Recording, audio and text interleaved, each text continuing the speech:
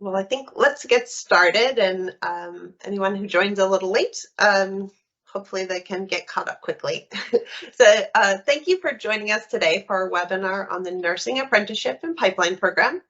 My name is Wendy Trafton. I'm the Deputy Director of Healthcare Reform, and I'm joined today by Tara Murphy, an independent consultant supporting the Agency of Human Services on this program. Please note that we're recording today's webinar and we'll be posting this information on our website. Is everyone able to see that I just moved the slides forward? They now say agenda for everyone. Okay, I see some head nods. Great. Technically, things appear to be working. So first, we're going to present information on the program and application process, and then we anticipate having some time to take questions from our participants today. If you have questions during the presentation, you may type them into the chat, and we'll do our best to address them at the end of the presentation. We will also be developing a frequently asked questions document, which we'll post to our website. So we can be answering questions there as well. The URL for our website is listed here on the slide. So first, we're going to start with program details. The Agency of Human Services is issuing this grant opportunity for Vermont healthcare employers per Act 183 of 2022 and Act 3 of 2023. This program provides funding to healthcare employers to establish or expand partnerships with Vermont nursing schools to create nursing apprenticeship programs, pipeline programs, or both that will train members of the healthcare employer's existing staff to become higher level nursing professionals. The overarching goal of the program is to enhance the state's healthcare capacity by increasing the number of higher level nursing professionals in the state, and it explicitly responds to our state's longstanding shortage of nursing professionals. As we all know, this has been exacerbated by the COVID-19 public health crisis. Grant funds from this program may be used to support healthcare employer efforts to establish or expand partnerships with Vermont nursing schools, to create or expand a nursing apprenticeship or pipeline program, and to design, administer, and engage in sustainability planning for such programs.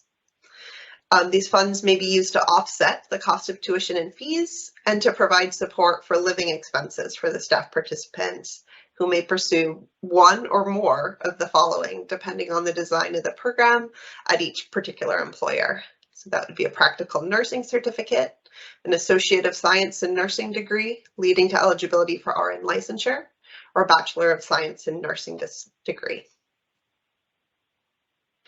We will be disbursing funding in 2 rounds. Round 1 is for up to 3 years of funding.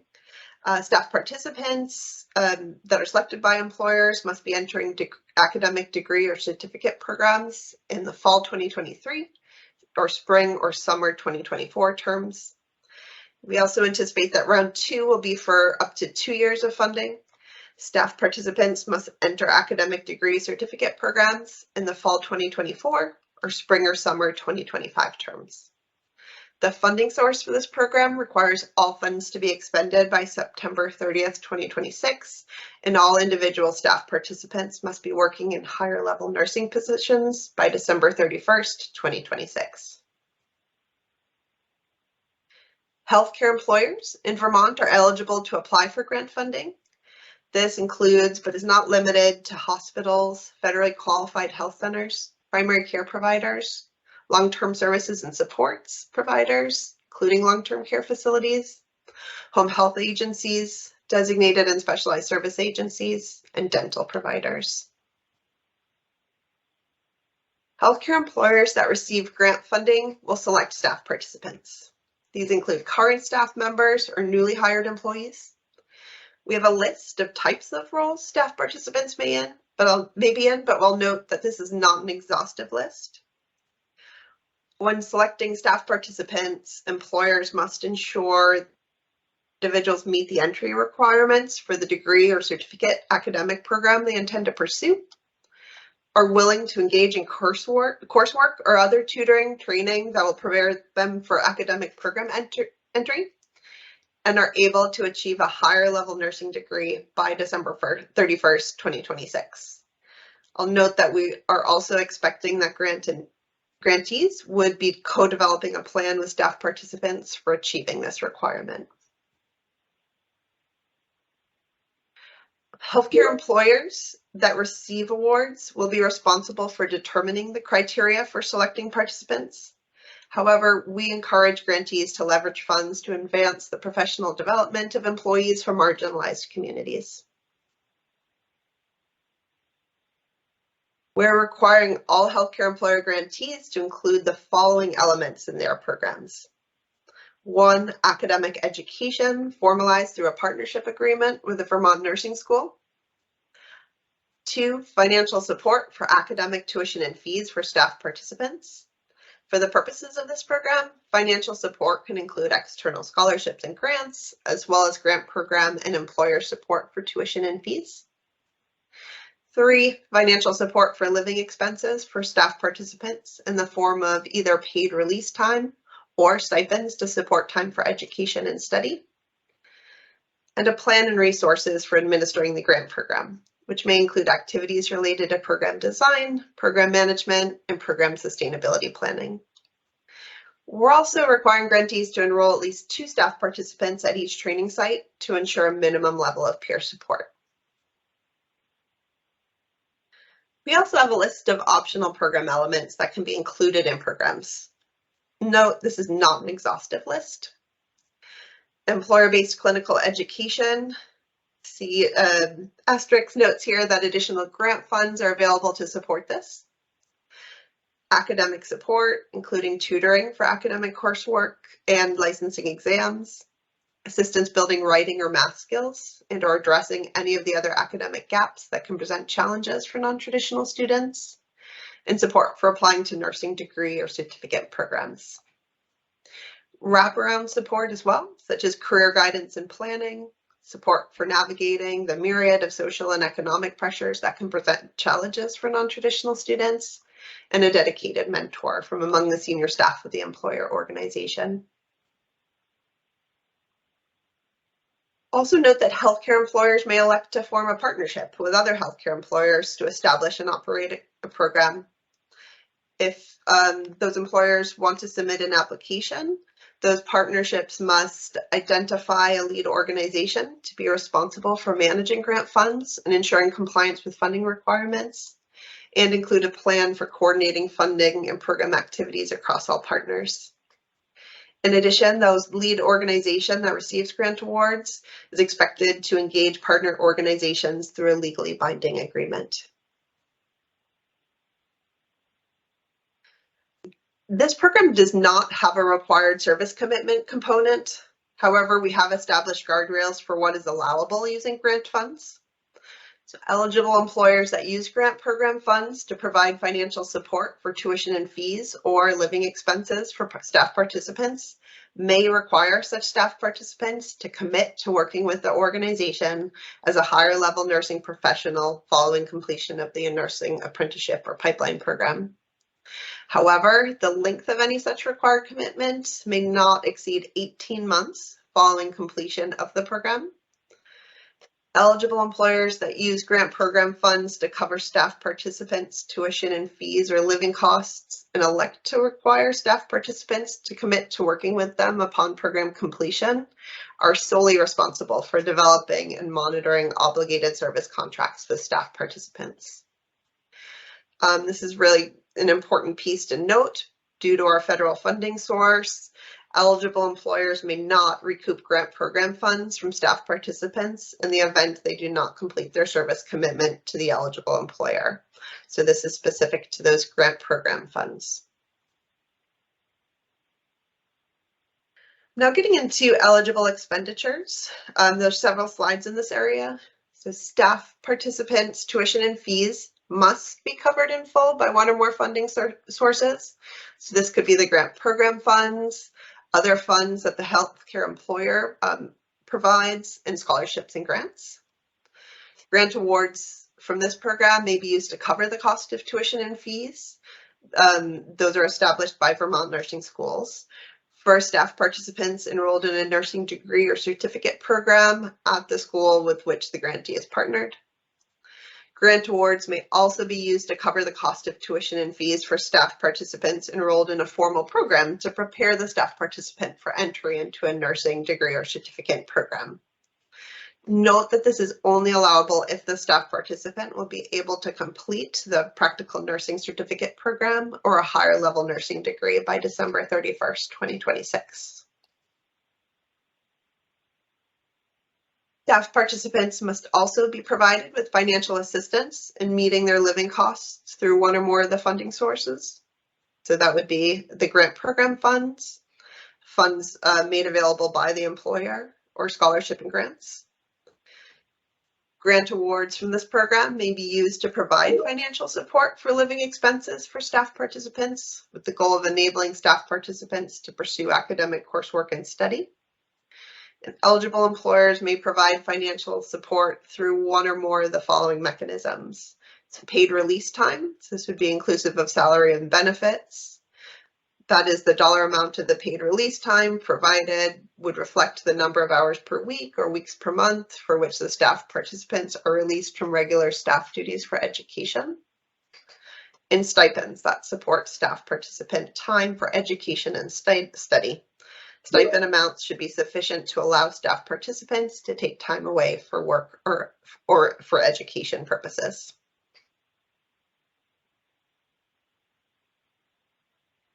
Grant awards may, so the last two are musts.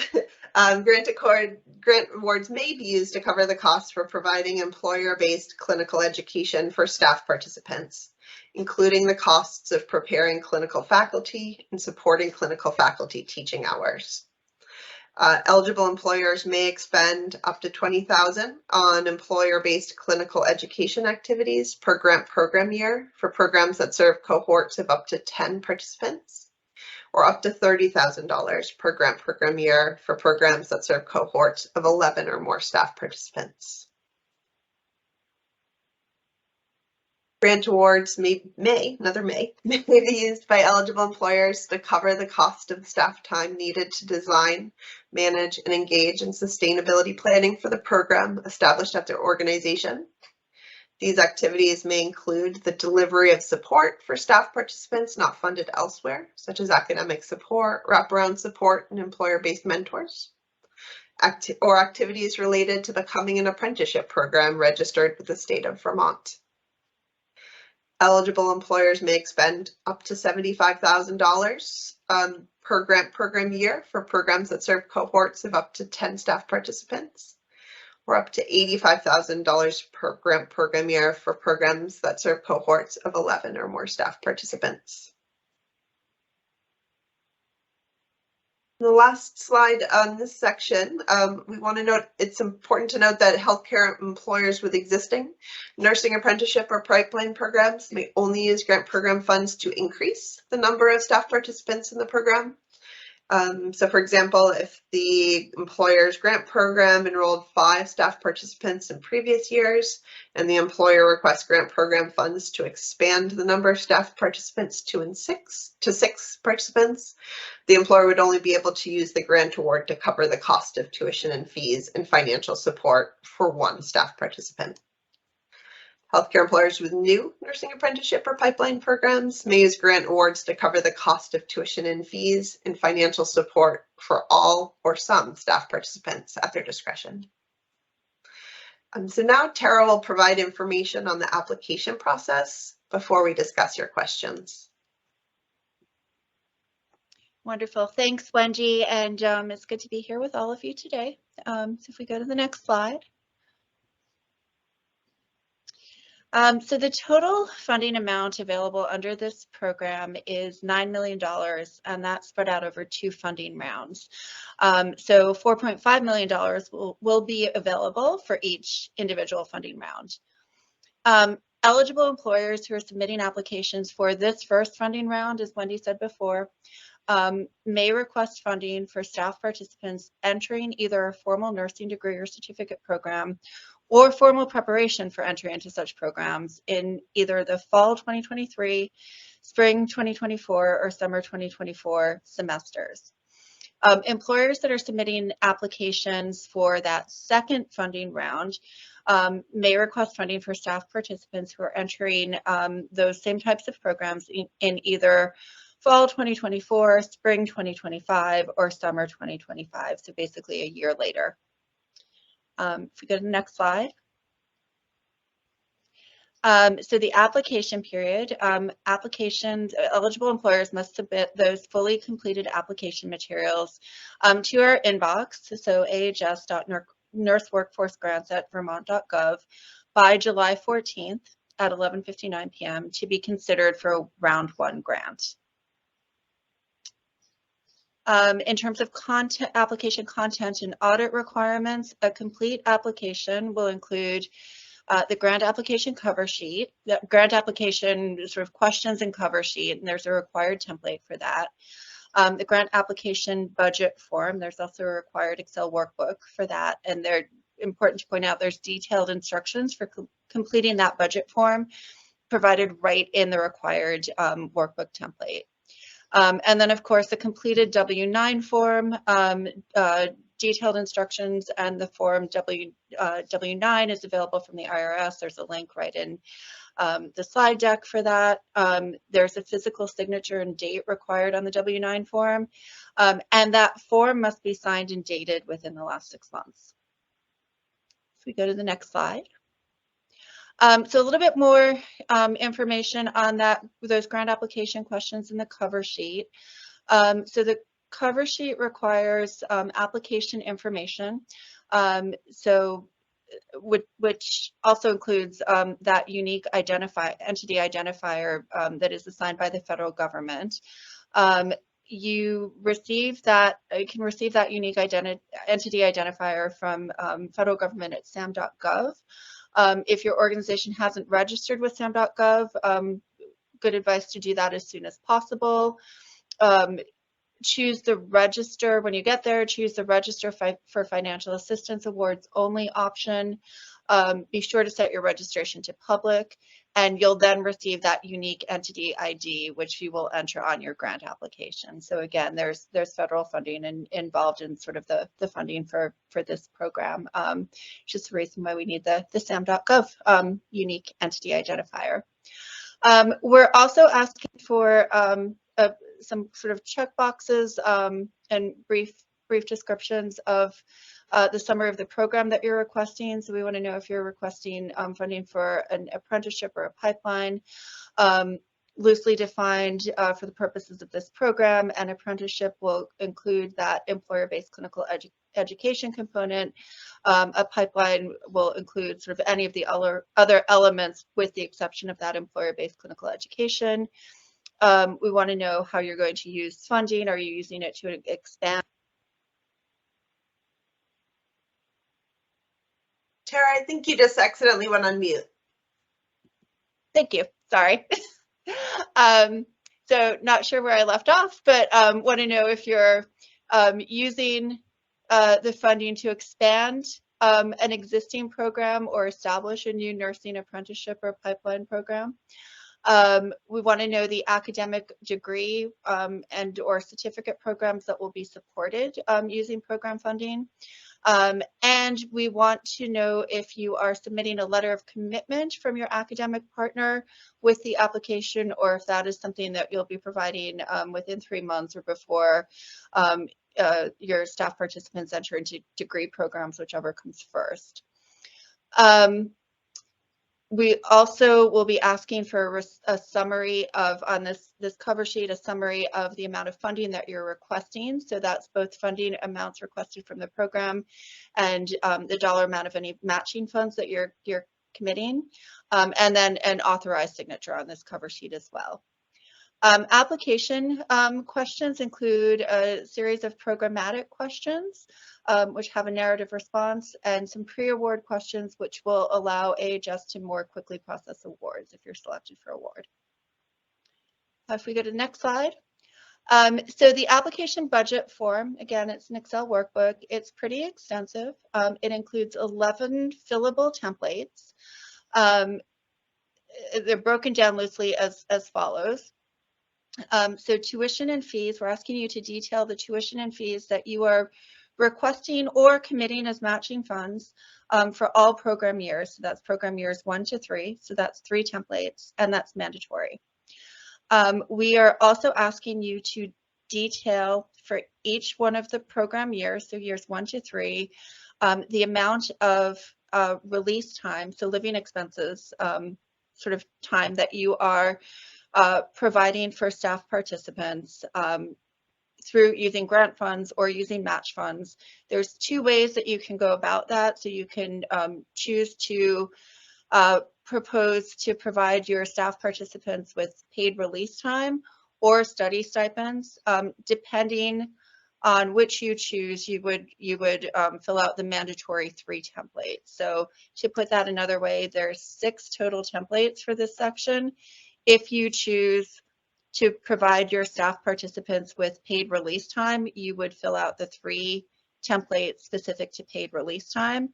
If you choose to provide your staff participants with study stipends, you would fill out the 3 templates for those study stipends. And again, this is mandatory. There's also 1 budget template for program management funds. We're asking you to complete, that's mandatory as well, and we're asking you to complete that for program year 1 only. Whatever you request for program year 1, we will extrapolate to program years 2 and 3 and calculating the total sum of your award if you're selected for award. There is similarly 1 template for clinical education costs. That's for year 1 only. If you request clinical education costs, we will take what you've requested for year 1 and extrapolate that to years 2 and 3. And again, these clinical education costs are mandatory, are optional. Employer-based clinical education is not a requirement of the program, but if you choose to provide this as part of your program, we will make additional funding available for that. Applicants, there's within the workbook, there's a brief section in each of the budget templates for a narrative response. You can also choose to, instead of providing your narrative response within the workbook, you can choose to provide that on a separate sheet of paper and just attach it with your application. Within the Excel budget workbook, budget form, there is a budget summary tab. This is non-fillable and will calculate the total grant request and matching funds for each year based on the responses that you provide to the other sections. So we know this is a little bit complicated when we get to the question and answer section of this presentation. Feel free to raise obviously whatever questions you have here, because it's again a pretty big budget workbook. If we go to the next section. So round 2, with this application deadline for round 1, we are also requesting, if you're an organization that is not going to throw your hat in the ring for round 2 or for round 1, but you're considering doing that for round 2, we're asking that you submit an application letter of intent.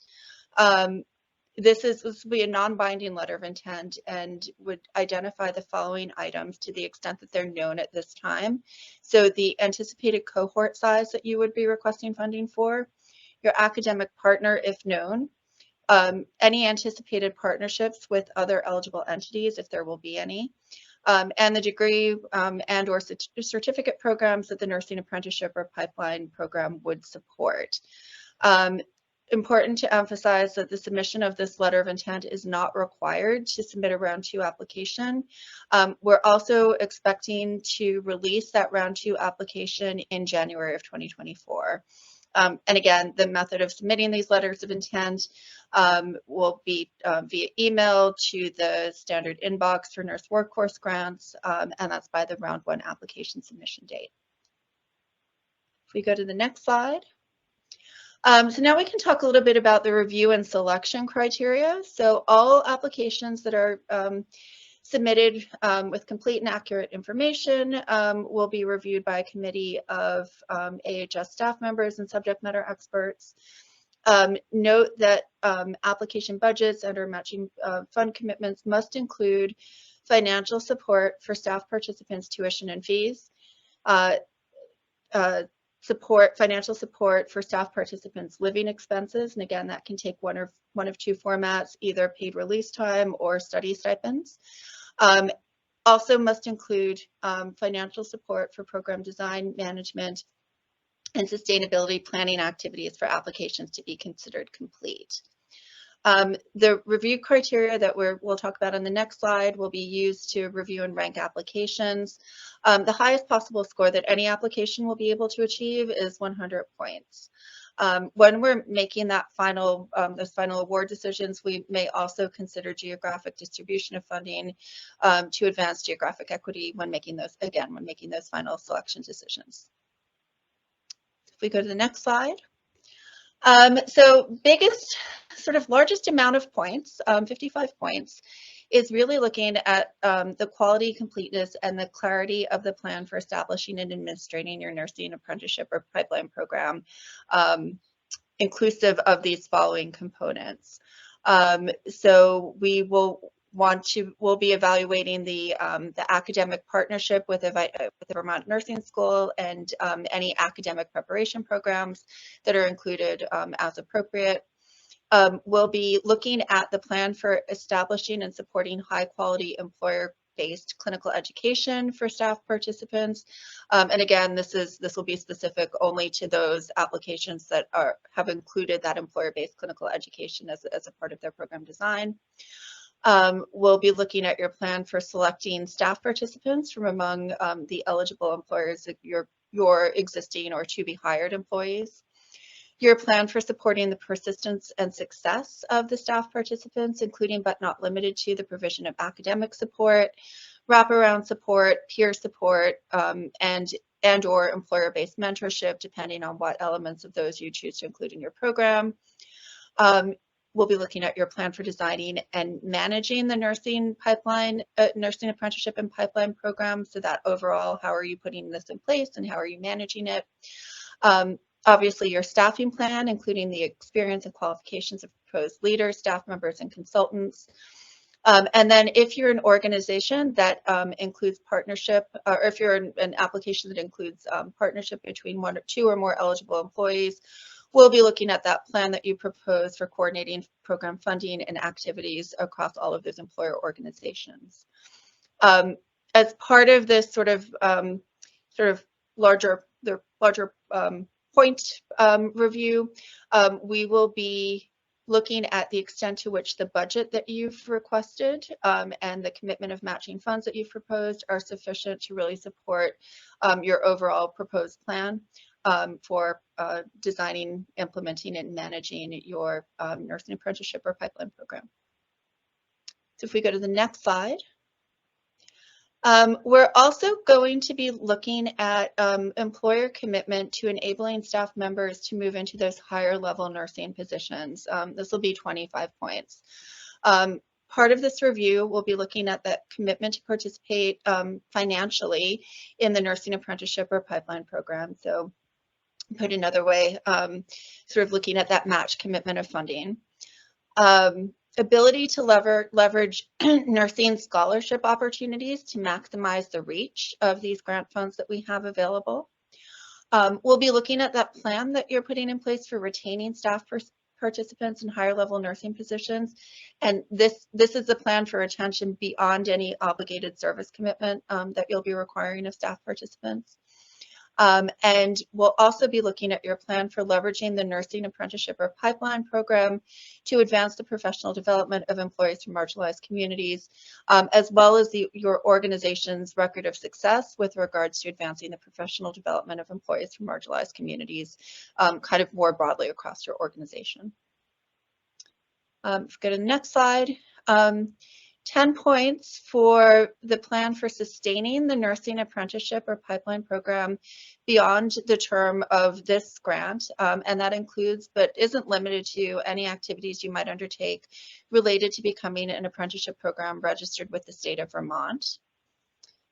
And last but absolutely not least, we'll be giving up to 10 points for innovation, including the extent to which the proposed plan extends the opportunity for nursing apprenticeship or pipeline programs to smaller employees and or rural communities. Go to the next slide. I think that's it for our formal presentation, and we are happy to open the discussion for questions, comments, and anything else.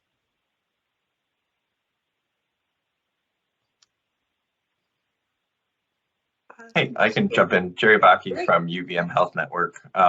Really interested, great funding opportunity. One of the questions that I have is the funds are being used to increase overall participants in the program, but due to some of the limitations that we have with our academic partners like VTSU, we're currently capped at most of our hospitals where we have the most demand. Are there any considerations being built in of how to increase our college capacity so that we can get additional individuals into the program using this funding? I will note that between round 1 and 2, we're hoping to bring on more staff in this area, and we'll hope to be able to do, I think, more planning than we've been able to do to date. Between that time frame, I can't otherwise sort of commit to any other ways that we have sort of planned to be able to meet that capacity, but I do see at least one of our nursing school partners raising their hands. So I'll let Sarah Billingsburg speak. Thanks, Wendy. I can't speak for the other academic partners, of course, but I think you were mainly referring to VTSU, Jerry. I'm performing an in-depth audit of all of our sites and capacities so that I have a current list of where we do have some flexibility with our current faculty teaching load. But that's also going to include speaking with clinical partners at those sites to see what capacity and flexibility they have for bringing on additional students at those facilities, because that's certainly one of our limitations as well. I think we've discussed there's a myriad of considerations. If we're looking at adding, a new cohort of at least 9 or 10 students that will require an additional scheduling of essentially a brand new class that requires hiring of full-time faculty, that's where it's going to get a little bit more cumbersome. If we can add additional seats to existing sites, we're all for that. But I will certainly update folks who are interested once I complete my audit. I'm hoping to get that done this week so that I have some up-to-date information for you. But there, we have to be realistic about the capacity and our ability to expand rapidly, because we also have accreditation and student services considerations. Awesome. Thanks, Sarah. I'd love to chat with you and just see where those capacities are, because if there's seats available, we'd love to fill them. Yeah, and I think we actually have a meeting on the books that we're working on scheduling something with Megan. Awesome. Thank you. Thank you. And if anyone has ideas on how we can best sort of support facilitation of discussions, we're happy to think about how we might be able to play some of those roles in establishing meetings, or if that's something that's sort of happening outside of our process, that's fine as well too. But so I'd love feedback as we have some more capacity where we should be really capacity for facilitating and convening folks, where it would be best to apply those resources. So thank you. Megan? I actually think Amy was ahead of me, so I'm not going to cut in line. Then I'll come back. Oh, I apologize, and I was talking while my mic was on mute. I'm now noticing the numbers. I appreciate that. Amy, please feel free to take yourself off mute. Yep. So I just was curious because, I'm a small critical access hospital. They put 10 students through in 1 year is probably not feasible. We are thinking 4 or 5, but that means then we would be eligible for the grant? Oh, go ahead, Tara. I was just going to say, no, it is cohorts of up to 10. So you absolutely would be eligible. Okay, I just wanted to make sure it wasn't 10 because that would be a lot for us here at the Critical Access Hospital. Yep. Thank you. The one requirement we do have is we're looking to really ensure that peer support. So we're looking for 2 or more staff participants to be able to provide that peer support. So I'd say up to 10, but no less than 2. Megan? Thanks, Wendy. I actually have 2 parts. One actually follows up on the piece about the clinical instructors, is the thinking about, in order to help meet the demand, the needs for the colleges, what Sarah was referring to, the funds say that it can only be used up through a BSN. If we could expand it to use through an MSN, that might help us be able to support our staff to be able to meet the requirements to hit accreditation with Sarah, what Sarah Billingsburg was talking about. And Sarah, I don't know if you have a thought on that, but that was my first thought, is that when I read through the guidance, it stops at a BSN, and using it up through an MSN would actually allow us to really help our staff to advance and would really have a greater impact for the longevity of the program. So that's part one.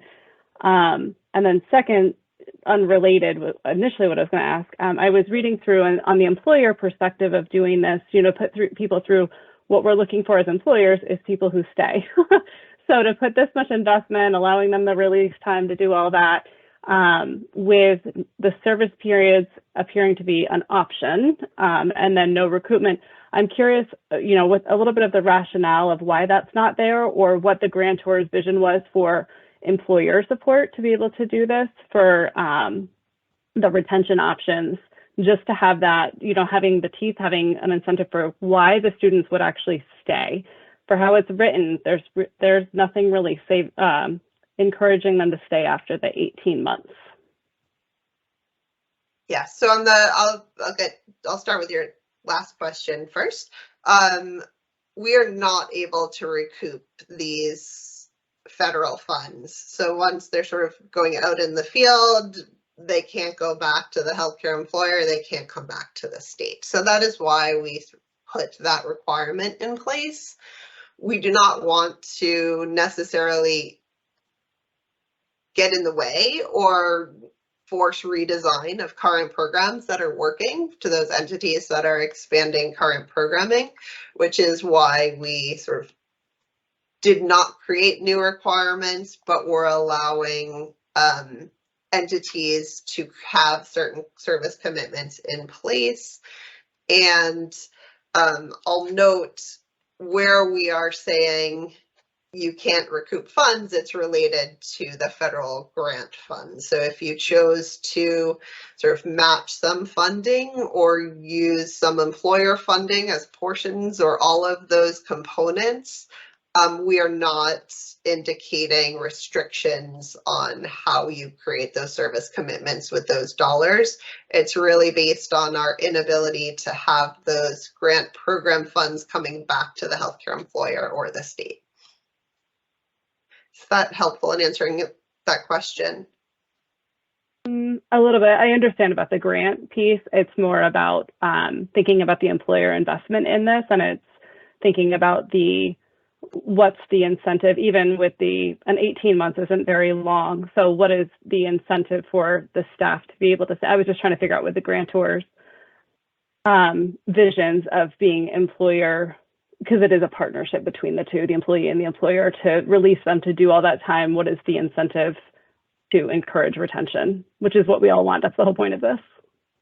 Now note it's 18 months at the end of their program sort of participation. So I would be curious to hear if any entities are going to have to change their current program guidelines to meet this. But that was what appeared to be sort of reasonable and consistent with other practices we've seen, but obviously would be curious to hear feedback on that. I can tell you 100% it would create inequities for several programs in process. Yeah, here at Northwestern Medical Center as well, 3 years is our standard expectation. I'd be curious if anyone wants to send to that email box any information on how that's structured, that would be really helpful. So if it's from sort of start of program, that includes that time in which the participant is in the program, because that's where it's unclear to me if someone's doing an 18-month program and they have an 18-month service commitment, that's a 3-year time period. I'm not sure if that's the same 3-year time period you would have. So I'm happy to, I see lots of heads nodding no. So I'm happy to receive further information by email.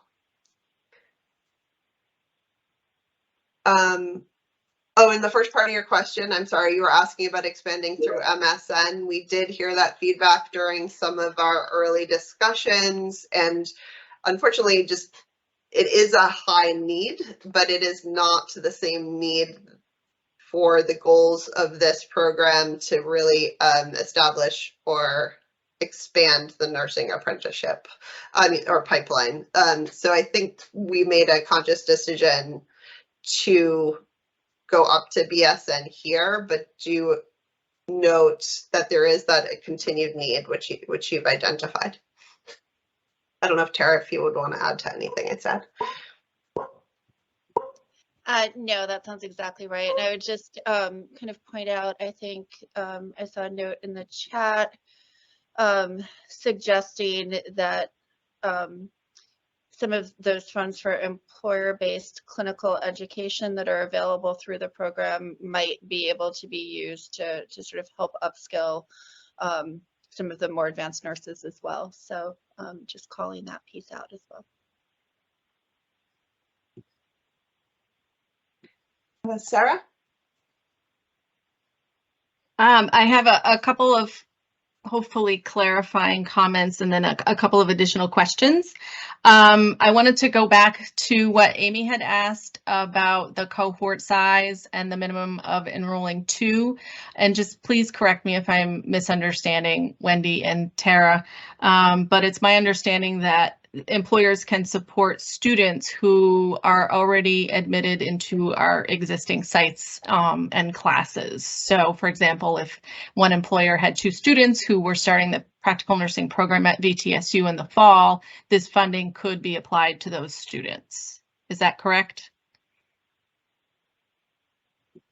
So I'm going to preface this by saying, Wendy, please feel free to correct me if I'm misinterpreting this, but I think yes, if the program is, if these 2 students who are sort of going into a program this fall, if they are part of a program that is a newly launched program, or if it's an existing program and these are 2 additional students, right? So if this is a program that has consistently been sending 2 students over the past year, the funding would not be eligible for those two students. If it's a new program, then absolutely yes. Okay. Does that make sense? That makes sense to me. I just want to make sure it makes sense to everybody else. And then I just want to make a clarification on the word program, because there's dual meaning in that. When I hear program, I think academic program. When you say program, you're talking about employer-led program or initiative. So there's a little bit of nomenclature there. And so then the other piece I wanted to ask about is, so if this is a new program by the employer, that students who are also already enrolled in a program, in an academic program, say they're already in a BSN program that's 4 years, obviously that exceeds the performance time of this grant funding. Can they then request this funding be supporting students who are already matriculating through an existing academic program? So again, when we use program in the context of this funding opportunity, we mean the employer-based program, right? So right. So there's ways, my understanding is that there's ways to get to a BSN, which is not sort of the traditional enroll in a 4-year program. So if somebody is in, say for example, they already have an ADN and just need to get that extra mile to get to the BSN, that would be appropriate. if somebody is starting at the outset in fall 2023 in a BSN program, they would not get to that BSN by December 31st, 2026 because of the 4-year nature of the program. So that would be ineligible.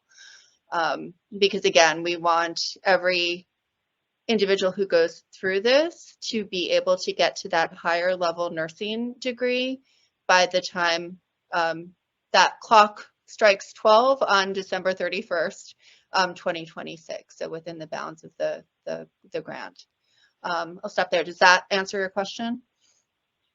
I think I need a little more clarity on if somebody, let's say somebody is working as a nursing assistant at a hospital and they're enrolled in a BSN, a traditional BSN program, and they're a junior. So they have 1 year left.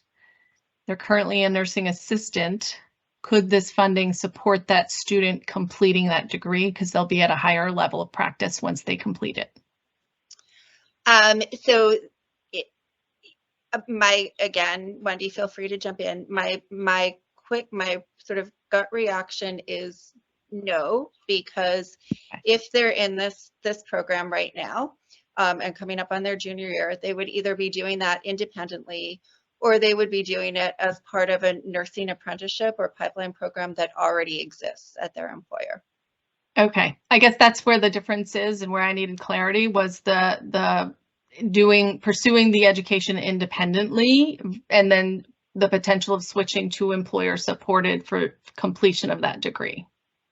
And I think we can take this one back to and put in a note FAQ. So we have not developed a frequently asked questions document yet because we were waiting to have this webinar. So I think we can further sort of think about, right, where the distinctions are, establishing the new or expanded program, and can someone sort of, as the entities have sort of discretion to select staff participants, is it appropriate to select people who have already sort of independently taken the initiative to do this? I think we can take that back and make sure it's included in an FAQ. Great. And I would make the one request that when you use the word program, if you could put the words academic and employer in front, just so that it's clear what program we're talking about, since this is a dual program funding opportunity. And then the other questions I had as the academic partner is, when I was reading through the grant requirements, I noticed 2 documents that we would be responsible for. Number 1 is a letter of commitment, and number 2 is a partnership agreement. So I'm wondering, do you have templates for those documents or suggested language for those documents, or are those documents that we need to develop independently? Because boy, if you had templates, that would be great. Can I just ask back, what does a typical agreement look like between entities in a program like this? I don't think we want to ask for you to do a significant amount of new work if we can incorporate some of the work that you currently already do together, but we do need to have sort of evidence of that partnership. And are you looking for, so I guess I need to clarify, would an existing clinical affiliation agreement count as the partnership agreement? Or are you looking for language specifically that supports the employer program relating to this funding opportunity? Tara, do you have thoughts? I would think that agreement may. Say that again. Yeah, why don't we, I have some quick thoughts, but why don't we take it back Okay. and discuss, and we can come back with the FAQ. That would be great. Just because, we want to do what we can to support this initiative. So whatever language you're looking for, if we can make it work, we will, but we want to make sure that people are including the correct documents in their applications.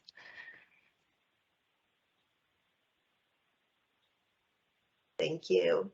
Marianne? Yeah, I have a question, and I think it relates to Betsy's question that's in the chat. So I want to think through a little bit. There are a few hospitals who have been running this program for previous years, and other hospitals who have done it on we can take one cohort every 2 or 3 years. So if we're trying to expand the number of nurses in our state, and we start with a cohort of 10, but then next year we plan to have 20 because we're starting a new cohort. And the next year we plan to have 30 because we're starting a new cohort, or even more. Does this not meet the needs of expanding the number of nurses in our state?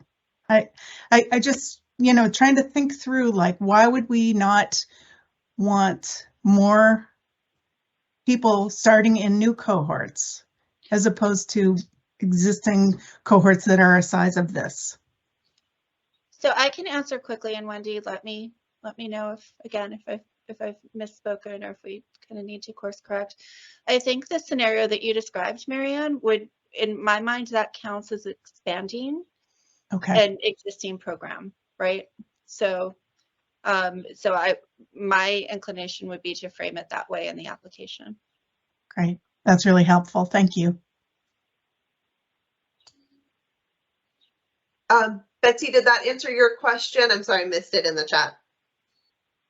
Great. Yeah, thank you. Yeah.